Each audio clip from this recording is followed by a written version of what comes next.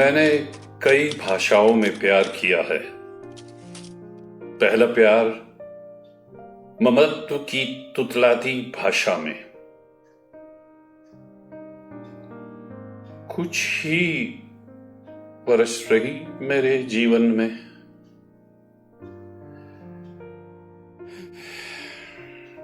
दूसरा प्यार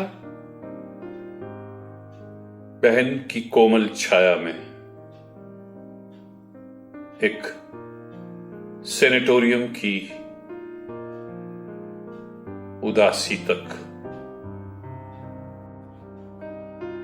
फिर नासमझी की भाषा में एक लौ को पकड़ने की कोशिश में जला बैठा था अपनी उंगलियां। एक पर्दे के दूसरी तरफ खिली धूप में खिलता गुलाब, बेचैन शब्द जिन्हें होठों पर लाना भी गुनाह था। धीरे धीरे जाना, प्यार की और भाषाएं भी हैं दुनिया में, देशी विदेशी, और विश्वास किया कि प्यार की भाषा सब जगह एक ही है। लेकिन जल्द ही जाना कि रचनाओं की भाषा भी एक ही है। एक ही घरों में रहते हैं तरह तरह के लोग, जिनसे बनते हैं दूरियों के भूगोल। अगला प्यार भूली बिसरी यादों की ऐसी भाषा में जिसमें शब्द नहीं होते, केवल कुछ अधमिटे अक्षर, कुछ अस्फुट ध्वनियां भर बजती हैं, जिन्हें किसी तरह जोड़कर हम बनाते हैं प्यार की भाषा।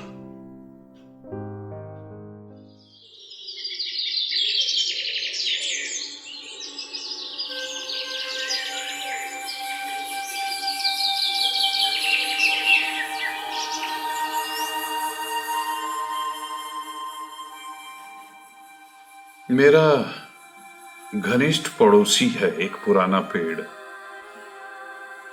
न जाने क्या तो उसका नाम है, क्या उसकी जात, पर इतनी निकट हैं उसकी डालें कि हमेशा बनी ही रहती हैं मेरे घर के बरामदे में। कुछ इस तरह कि जब चाहता हाथ बढ़ाकर सहला सकता उसका माथा, और वो गैया सा मुझे निहारता रहता निरीह आंखों से। मेरी उससे गाढ़ी दोस्ती हो गई है, इतनी कि जब हवा चलती तो लगता मेरा नाम लेकर मुझे बुला रहा है। सुबह की धूप जब उसे जगाती, वो बाबा की तरह खखारते हुए उठता और मुझे भी जगा देता। अक्सर हम घंटों बातें करते, इधर उधर की बातें, अपनी अपनी भाषा में, लेकिन भाषा से कोई फर्क नहीं पड़ता। वो कहता, हमारे सुख दुख की भाषा एक ही है। जाड़ा, गर्मी, बरसात उसे भी उसी तरह भासते जैसे मुझे। पतझड़ की उदासी, वसंत का उल्लास, कितनी बार हमने साथ मनाया है, एक दूसरे के जन्मदिन की तरह। जब भी बैठ जाता हूं थक कर उसकी बगल में, चाहे दिन हो चाहे रात, वो ध्यान से सुनता है मेरी बातें। कहता कुछ नहीं, बस एक नया सवेरा देता है मेरी बेचैन रातों को। उसकी बाहों में चिड़ियों का बसेरा है, हर घड़ी लगा रहता है उनका आना जाना।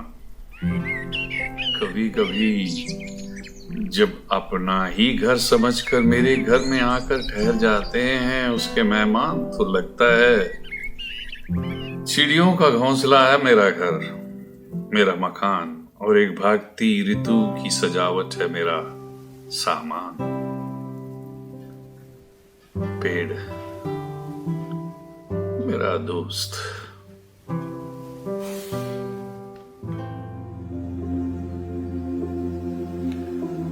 हवा और दरवाजों में बहस होती रही, दीवारें सुनती रही, धूप चुपचाप एक कुर्सी पर बैठी किरणों के स्वेटर बुनती रही।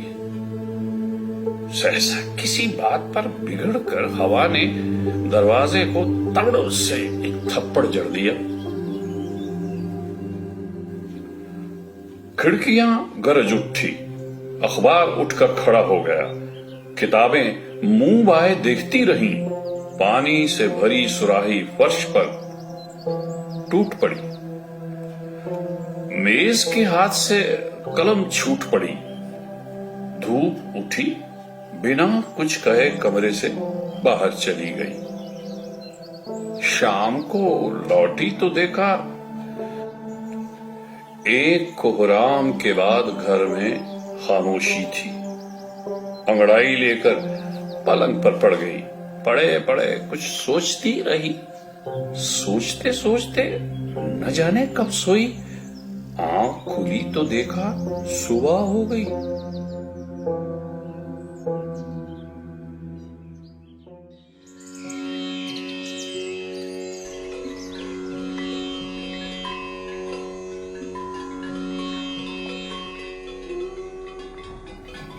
बस यहीं तक पक्की सड़क है, उसके आगे सब कच्चा ही कच्चा।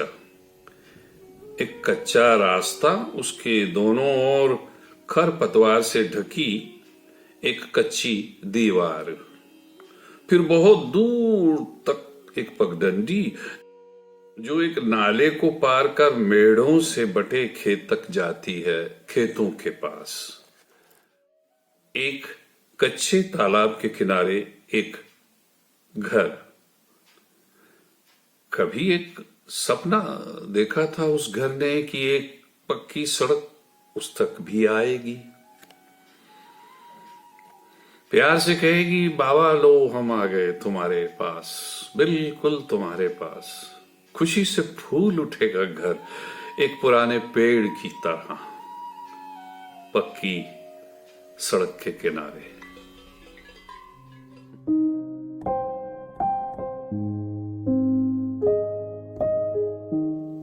आज सारा दिन बाहर घूमता रहा और कोई दुर्घटना नहीं हुई।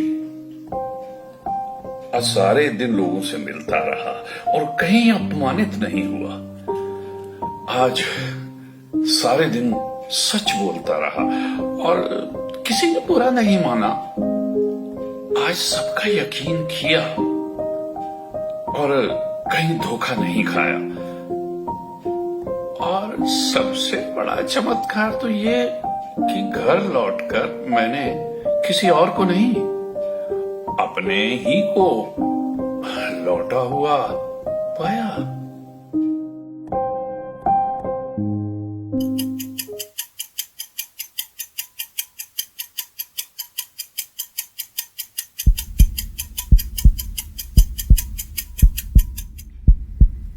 दीवार पर टंगी घड़ी कहती, उठो अब वक्त आ गया। कोने में खड़ी छड़ी कहती, चलो अब बहुत दूर जाना है। पैताने रखे जूते पांव छूते, पहन लो हमें, रास्ता उबड़ खाबड़ है। हाँ। सन्नाटा कहता, घबराओ मत, मैं तुम्हारे साथ हूं। यादें कहती, भूल जाओ हमें, अब हमारा कोई ठिकाना नहीं।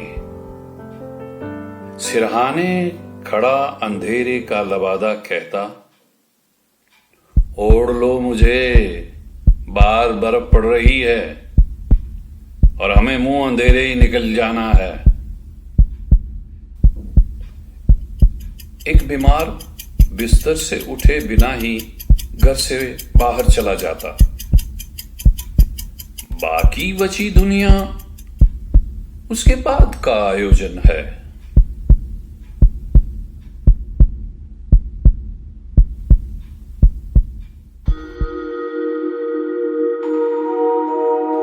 उन परछाइयों को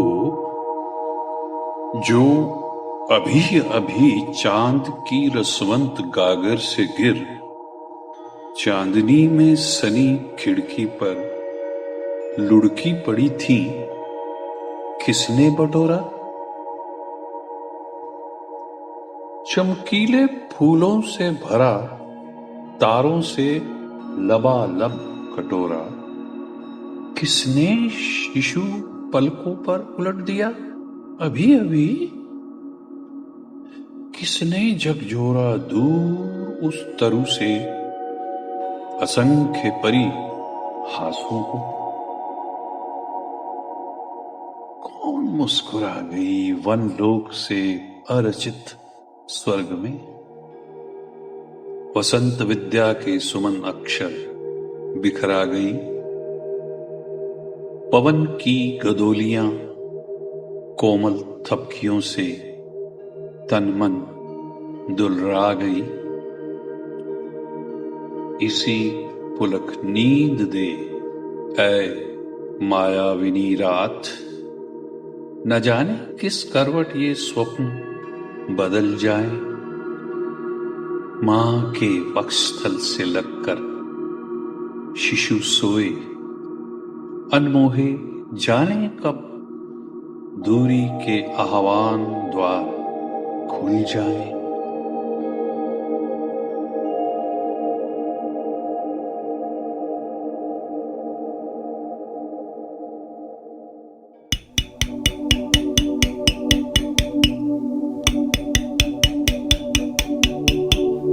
पहली चोट पड़ते ही पत्थर से ध्वनित हुआ,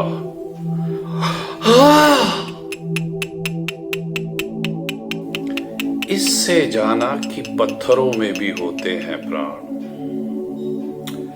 कहां बसते हैं ये प्राण, ये जानने के लिए चोट पहुंचाता रहा सधे हाथों से मूर्तिकार।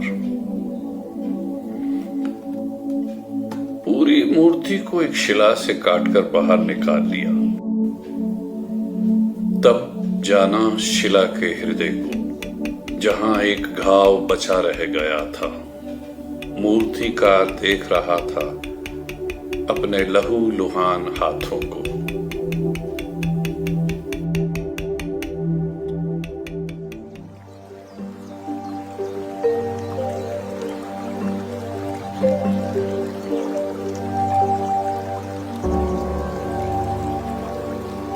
बहुत कुछ दे सकती है कविता, क्योंकि बहुत कुछ हो सकती है कविता जिंदगी में। अगर हम जगह दें उसे, जैसे फलों को देते हैं पेड़, जैसे तारों को जगह देती है रात, हम बचाए रख सकते हैं उसके लिए अंदर कहीं एक कोना, जहां जमीन और आसमान, जहां आदमी और भगवान के बीच की दूरी कम से कम हो। वैसे कोई चाहे तो जी सकता है एक नितांत कविता रहित जिंदगी। कर सकता है, हाँ कर सकता है कविता रहित प्रेम।